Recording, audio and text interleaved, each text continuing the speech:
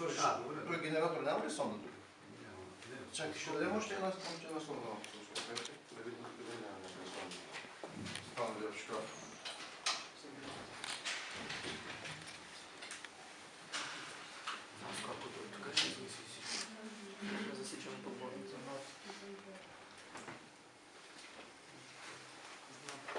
Сделано в СССР. Ето е електронно лъчева трава, виждате как се вижда. Няма Костадин от друга сонда. Да, добре. Може да вземем една от тези, които тук. Аз ще пипна само от хода. Няма проблеми. Даже ако искаш това да вземем. Ето ви видяха.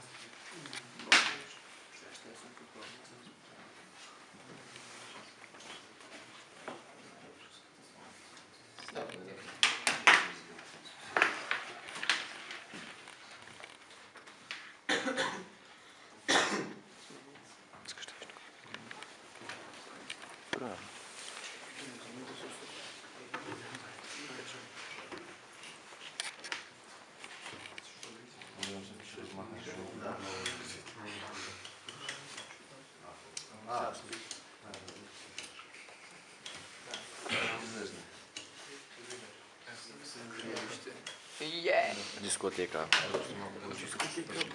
Облека се. Толкова бързо не мога да хвана. Майка.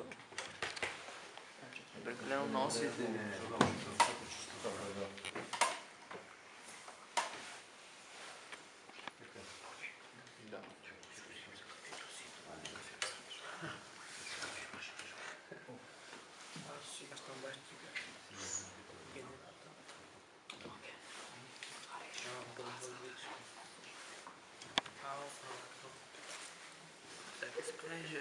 Така, ето ви от този генератор сигнал, който може да мините. И вижте как на аналого е, докато он не мърдаше, винаги държи едно и също.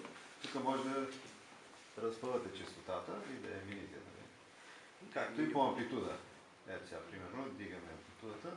Той е малко лош сигнал има от едната страна. Но ето това е активната. Да не би сета да ме включим. Пробвай да видиш. Да, добре.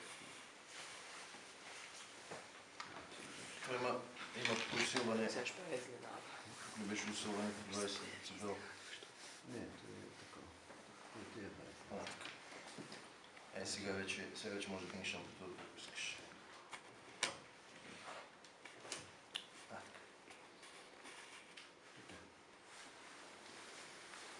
И тук можем да получаваме трите вида напрежението, го правоъгълното, синусоидална и триъгълна. Кое? Това се измерва с това. Значи с това, когато направите някаква електронна схема, може да проверите в различни точки какви сигнали ви излизат. Да ги видите визуално. Това е целта на осцилоскопа.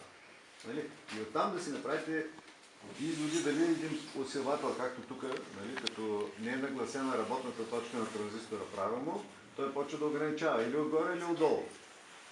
А с осцилоскопа, гледайки, вие може да настроите работната точка на транзистора точно да не се ограничава сигнала, който подавате на това.